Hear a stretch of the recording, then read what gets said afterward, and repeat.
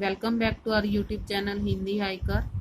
आज हम 12वीं कक्षा की पुस्तक वितान भाग 2 का पाठ जूझ का भाग 2 पढ़ेंगे। इससे पहले हम भाग 1 पढ़ चुके हैं, जिसमें हमने देखा कि किस प्रकार लेखक अपनी पाठशाला में प्रवेश के लिए संघर्ष करता है, किस प्रकार वो इजाज़त मांगता है और पाठशाला में उसको जाने की अनुमति मिल जाती है। इस वीडियो के लिंक में डिस्क्रिप्शन में आपको पहले भाग का लिंक भी मिल जाएगा। चलिए आगे पढ़ते हैं। फिर से 5वीं कक्षा में जाकर बैठने लगा। अब लेखक परीक्षा में पाठशाला में जाता है तो उसका 1 साल खराब हो जाता है, इसीलिए वो फिर से 5वीं कक्षा में ही बैठता है। फिर से नाम लिखवाने की जरूरत नहीं पड़ी। 5वीं नापास की टिप्पणी नाम के आगे लिखी हुई थी, वह 5वीं के ही हाजिरी रजिस्टर में लिखा रह गया था। पहले दिन कक्षा में गया तो गली के 2 लड़कों को छोड़कर कोई भी पहचान का नहीं था। अब लेखक जिस कक्षा में बैठा है उस कक्षा के बच्चे उससे छोटे हैं, क्योंकि लेखक का 1 साल खराब हो गया था। अब उस कक्षा में बैठने वाले जो विद्यार्थी थे, लड़के थे, उनमें से 2 लड़के ही उसे जानते थे, बाकी सबको वो पहचानता नहीं था। मेरे साथ के सभी लड़के आगे चले गए थे। मेरी अपेक्षा कम उम्र के और मैं जिन्हें कम अकल का समझता था, उन्हीं के साथ अब बैठना पड़ेगा। यह बात कक्षा में पहुंचने पर लेखक को समझ आई। मन खट्टा हो गया, यानी कि उसका मन खराब हो गया। बाहरी अपरिचित जैसा एक बेंच के एक सिरे पर कोने में जा बैठा। मास्टर कौन है इसका पता नहीं था। पुरानी किताबों और पुरानी कापियों का उस कक्षा से कोई संबंध नहीं था, फिर भी लट्ठे से बने थैले में उन्हें ले गया। बस अड्डे पर कोई लड़का अपनी पोटली संभाले किसी इंतजार में जैसे बैठा होता है, उसी तरह मैं अपनी पढ़ाई की पुरानी धरोहर संभाले बैठा था, यानी कि जो उसकी पुस्तकें थी वो पकड़कर वो बैठा था। क्या नाम है मेहमान? नया दिखाई देता है या गलती से इस कक्षा में आ बैठे हो? कक्षा के सभी ज्यादा शरारती चाहवान के लड़के ने के सामने आकर खिल्ली उड़ाने के स्वर में पूछा, यानी कि सबसे ज्यादा शरारती एक लड़का था, उसने आकर उससे पूछा कि गलती से तो नहीं आ गए हो हमारी कक्षा में? मेरे ध्यान में आया कि मेरी पोशाक भी अजनबी जैसी ही है। बालूगढ़ी की लाल मिट्टी के रंग में मटमैली हुई धोती और गमछा पहनकर मैं अकेला ही आया था। देखे देखे तुम्हारा गमछा, कहते हुए उसने मेरा गमछा छीन लिया। गमछा मतलब पतले कपड़े का एक तौलिया होता है, साफे जैसा। अब मेरा गमछा, पूरी कक्षा में इसकी खींचातानी होगी और फट जाएगा। मन में ही यह सोचकर रुआसा सा हो गया, यानी कि उसका मन रोने को हो गया। लेकिन वैसा कुछ नहीं हुआ। उस लड़के ने उसे अपने सिर पर लपेट लिया और मास्टर जी की नकल करते हुए उसे उतारकर टेबल पर रखकर अपने सिर पर हाथ फेरते हुए हुश की आवाज की। इतने में मास्टर जी आ गए और वह गुंडा जट से अपनी जगह पर बैठ गया और मेरा गमछा टेबल पर हिला। पहले दिन ही इस घटना ने मेरे दिल की धड़कन बढ़ा दी और छाती में धक धक होने लगी, यानी कि वो घबरा गया। रनन वरे मास्टर जी कक्षा में आए। टेबल पर मटमैला गमछा देकर उन्होंने पूछा, किसका है? मेरा है मास्टर। तू कौन है? मैं जकाते, पिछले साल फेल होकर इसी कक्षा में बैठा हूँ। गमछा ले जा पहले। उसने छड़ी से मेरा गमछा उठाकर नीचे डाल दिया। मैं उसे उठाने गया तो कहा, यहाँ क्यों रखा है मूर्खों की तरह? मैंने नहीं रखा मास्टर, उस लड़के ने मेरे सिर से छीन लिया और यहाँ रख दिया। यह चाहन का बच्चा बिना बात के उठक पटक करता है, कहते हुए मास्टर उस लड़के की ओर चल दिए। मास्टर ने मेरे बारे में और भी पूछताछ की और वामन पंडित की कविता पढ़ाने लगे। बीच की छुट्टी में मेरी धोती की कांच उस लड़के ने 2 बार खींचने की कोशिश की, लेकिन मैं फिर दीवार की तरफ पीट करके जा बैठा तो पूरी छुट्टी होने से पहले उठा ही नहीं, यानी कि वो शरारती लड़का था और वो क्लास में शरारतें करता था और लेखक नया था, उसे जानता तक नहीं था। खिलौने के लिए बनाए गए कोआ के बच्चे को खुले में रख देने पर जैसे कोई चारों ओर से उस पर चोंच मारते हैं, वैसे ही मेरी हालत हो गई। कहने का मतलब, एक खिलौना है, अगर कोयों के बीच में रखेंगे तो वो उसको तंग करते हैं ना, वैसे ही वो उन लड़कों के बीच में नया था। वैसे ही मेरी हालत हो गई। मेरी ही पाठशाला मुझे चोंच मार मार कर घायल कर रही थी।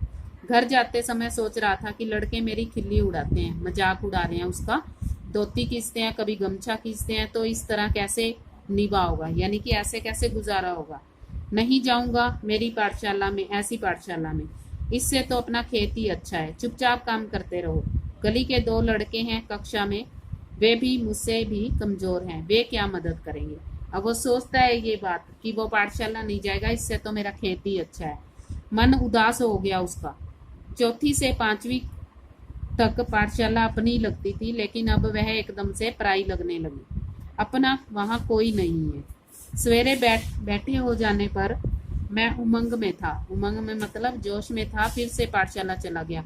माँ के पीछे पड़कर एक नई टोपी और 2 नाड़ी वाली चड्डी मेल खाऊ रंग की 8 दिन में मंगवा ली, यानी कि उसने जल्दी ही अपनी जो वेशभूषा है वो बदल ली। चड्डी पहनकर पाठशाला में और धोती पहनकर खेत पर जाना शुरू कर दिया। धीरे धीरे लड़कों से परिचय बढ़ गया। अब कुछ लड़के उसे जानने लगे। मंत्री नामक मास्टर कक्षा अध्यापक के रूप में आए। वे प्राय छड़ी का उपयोग नहीं करते थे। हाथ से गर्दन पकड़कर पीठ पर गुस्सा लगाते थे। पीठ पर एक जोर का बैठते ही लड़का फूंक भरने लग जाता, यानी कि बहुत जोर से वो मारते थे। लड़कों के मन में उनकी दहशत बैठी हुई थी, यानी कि सब लड़के उनसे डरते थे। इसके कारण उधम करने वाले लड़कों को प्राय मौका ही नहीं मिलता था।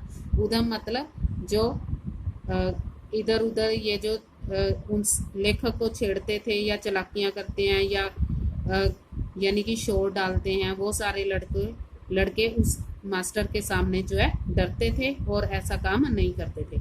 पढ़ने वाले लड़कों को शाबाशी मिलने लगी। मंत्री मास्टर गणित पढ़ाते थे। एक आध सवाल गलत हो जाता तो उसे वे अपने पास बुलाकर समझा देते थे।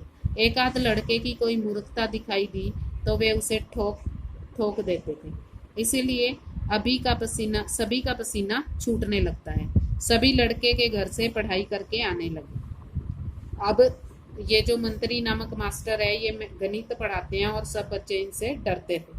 गलती होने पर ये मारते भी थे और अगर उनको कुछ समझ नहीं आता था तो उसे समझा भी देते थे, जिसकी वजह से सारे लड़के घर से पढ़कर आने लगे।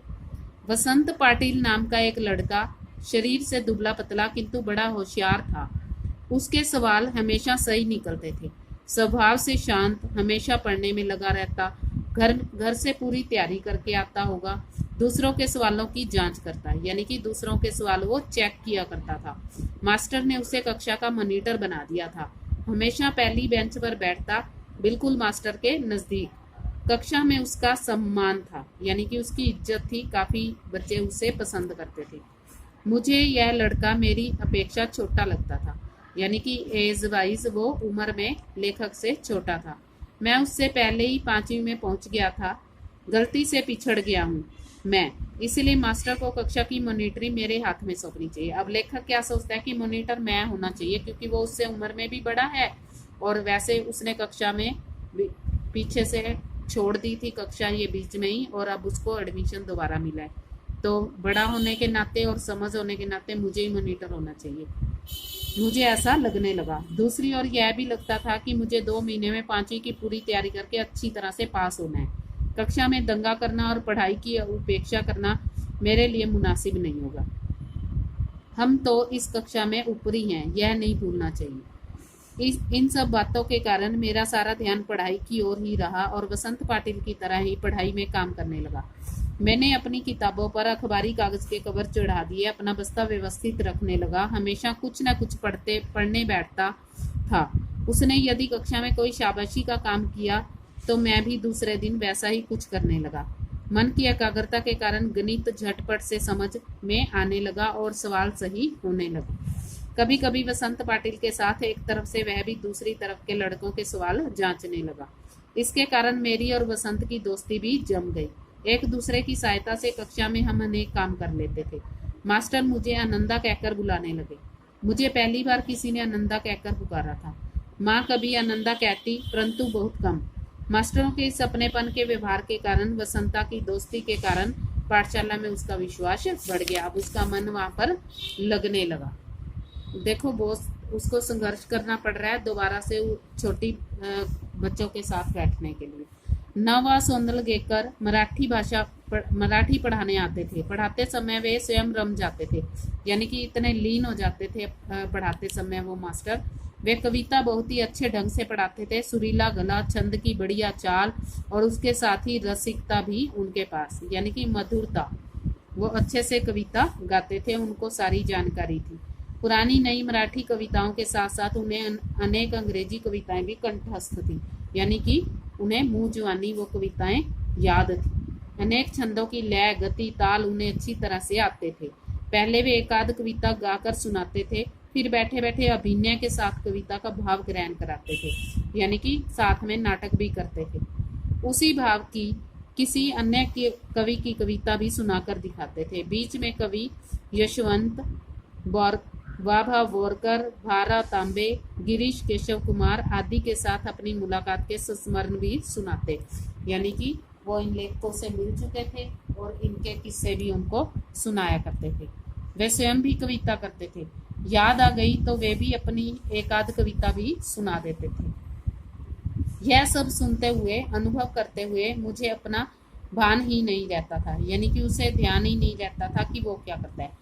मैं अपनी आंखों और कानों में प्राणों की सारी शक्ति लगाकर, दम रोककर मास्टर के हाव भाव, ध्वनि, गति, चाल और रस पीता रहता था, यानी कि वो खुद भी मस्त हो जाता था उनकी कविताओं में। लेखक सुबह शाम खेत पर पानी लगाते हुए या ढोर चराते हुए अकेले में खुले गले से वे सारी कविताएं मास्टर जी हाव भाव, यति, गति, आरोह अवरोह के अनुसार ही गाता था। यति गति यानी कि कविता में जो लय तुक होती है, रुकने का समय होता है, वो सारा वो उसके अनुसार ही अपनी काम भी करता और कविताएं भी गाता। उन कविताओं के अर्थों से खेलता हुआ मैं आगे पीछे आता जाता। मास्टर जिस प्रकार बैठे बैठे अभिनय करते थे, मैं पानी लगाते लगाते वैसा अभिनय करता था, यानी कि काम करते करते वो मास्टर जी की तरह कविता गाता और नाटक भी करता। क्यारियां पानी से कब कब की भर गई हैं इसका भान भी नहीं रहता, उसे ध्यान ही नहीं रहता था कि खेतों में उसने पानी ज्यादा लगा दिया। मास्टर की चाल पर दूसरी कविताएं भी पढ़ी जा सकती हैं, इसका पता भी मुझे उसी समय चला। इन कविताओं के साथ खेलते हुए मुझे दो बड़ी शक्तियां प्राप्त होगी। पहले ढोर चराते हुए, पानी लगाते हुए, दूसरी काम करते हुए। उसे अकेलापन बहुत खटकता था, यानी कि जब वो काम करता था तो उसे ये महसूस होता था कि वो अकेला ही काम कर रहा है, उसके साथ कोई ना कोई होना चाहिए। किसी के साथ बोलते हुए, गपशप करते हुए, हंसी मजाक करते हुए काम करना उसे अच्छा लगता था। हमेशा कोई ना कोई साथ में होना चाहिए, उसे ऐसा लगता था। लेकिन अब अकेलेपन में कोई ऊब नहीं होती थी, मतलब कोई आलस नहीं दिखता था उसको ये बातें महसूस ही नहीं होती थी कि उसके साथ कोई हो। मैं अपने आप में ही खेलने लगा। उल्टा अब तो ऐसा लगने लगा कि मैं जितना अकेला रहूं उतना ही अच्छा है। इस कारण कविता ऊंची आवाज में भी गाई जा सकेगी, किसी भी तरह का अभिनय किया जा सकेगा। कविता गाते गाते थुई थुई करके नाचा भी जा सकता था। मैं सचमुच ही नाचने लगता था, यानी कि वो अपने सारे काम बड़े आनंद से लीन होकर करता था और साथ में कविता भी गाता था। मैंने अनेक कविताओं को अपनी खुद की चाल में गाना शुरू कर दिया, यानी कि उसने अपनी लय बना ली उन कविताओं की। अनंत कानेकर की कविता जिसकी पहली पंक्ति इस प्रकार है, अब कुछ पंक्तियां यहाँ वो बोल रहा है कविता की। चांद रात पसरीते पाठरी गाया धरनी वरी को मैंने मास्टर की चाल से लगकर अपनी चाल में बिठाकर गाया। यह चाल एक सिनेमा के गाने के आधार पर थी, यानी कि उसने कविता जो उनके मास्टर सिखाते थे उसके अकॉर्डिंग नहीं गाई, जो लय वो बनाते थे, उसने एक गाने के आधार पर उस कविता को गाया। वह गाना केशव करनी जाति नामक छंद में था। उस कविता में को मैं मास्टर की अपेक्षा ज्यादा अभिनय से के साथ गाता था। चेहरे पर कविता के भाव पैदा करने का प्रयत्न करता था। मास्टर को मेरा प्रयत्न इतना अच्छा लगा कि उन्होंने 6ठी 7वीं कक्षा के सभी लड़कों के सामने मुझे बुलाकर गवाया। पाठशाला के एक समारोह में भी उसे गवाया। इसके कारण मुझे लगा कि मेरे कुछ नए पंख निकल आए हैं, यानी कि अब वो कविता में भी रुचि लेने लग गया है। मास्टर स्वयं कविता करते थे। अनेक मराठी कवियों के काव्य संग्रह उनके घर पर थे। वे उन कवियों के चरित्र और उनके संस्मरण बताया करते थे। इसके कारण ये कवि लोग मुझे आदमी ही लगने लगे थे। खुद सौंदलगेकर मास्टर कवि थे, इसलिए यह विश्वास हुआ कि कवि भी अपने जैसा ही एक हाड़ मास का क्रोध लोग का मनुष्य ही होता है। मुझे भी लगा कि मैं भी कविता कर सकता हूँ। मास्टर के दरवाजे पर छाई हुई मालती की बेल पर मास्टर ने एक कविता लिखी थी, तो वह कविता और वह लता मैंने दोनों ही देखी हैं। इसके कारण मुझे लगता था कि अपने आसपास, अपने गांव में, अपने खेतों में कितनी ही ऐसे दृश्य हैं जिन पर मैं कविता बना सकता हूँ। यह सब कुछ अनजाने में ही होता रहता था। भैंस चराते चराते मैं फसलों पर, जंगली फूलों पर तुकबंदी करने लगा, यानी कि अब वो भी कविता सोचने लगा, कविता के बारे में रचने लगा, लाइनों को बनाने लगा। उन्हें जोर से गुनगुनाता भी था और मास्टर जी को भी दिखाने लगा। कविता लिखने के लिए खिस्सा में कागज, खिस्सा मतलब पॉकेट, जेब में कागज और पेंसिल रखता था। कभी वह न होते तो लकड़ी के छोटे टुकड़े से भैंस की पीठ पर रेखा खींचकर लिख देता था और पत्थर की शिला पर कंकड़ से लिख देता था। जब कंठस्थ हो जाती तो पोंछ देता, यानी कि जब उसको मुंह जुबानी हो याद हो जाती लाइनें तो उसे साफ कर देता। किसी रविवार के दिन एक आध कविता बन जाती तो सोमवार के दिन मास्टर जी को दिखा दे। बहुत बार तो सवेरा होने तक का धीरज भी टूट जाता और मैं रात को ही मास्टर जी के घर जाकर कविता दिखाता। वे उसे देखते और शाबाशी भी देते। फिर कभी कभी तो कविता के शास्त्र पर एक पूरी महफिल हो जाती।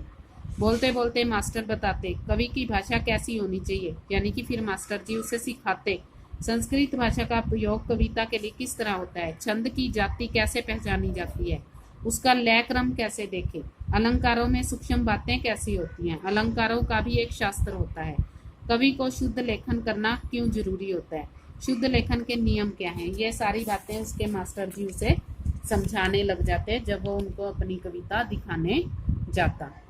अनेक विषयों पर वे सहज बातें बताते रहते। मुझे उनके प्रति अपनापन अनुभव होता है। वे मुझे पुस्तक भी देते, अलग अलग प्रकार के कविता संग्रह भी देते। उन्होंने नई तरह की कविताएं सुनाई तो लगा मैं इस ढर्रे पर कविता बनाऊं। तो इस ढर्रे पर मतलब इस पर तुकबंदी बिठाऊं। जो भी उसके मास्टर जी उसे देते या उन्हें जो कविताएं सुनाई जाती उन्हीं पर वो बनाना चाहता था। फिर तो सारे दिन उसी दिशा में मेरी कोशिश चलती रहती।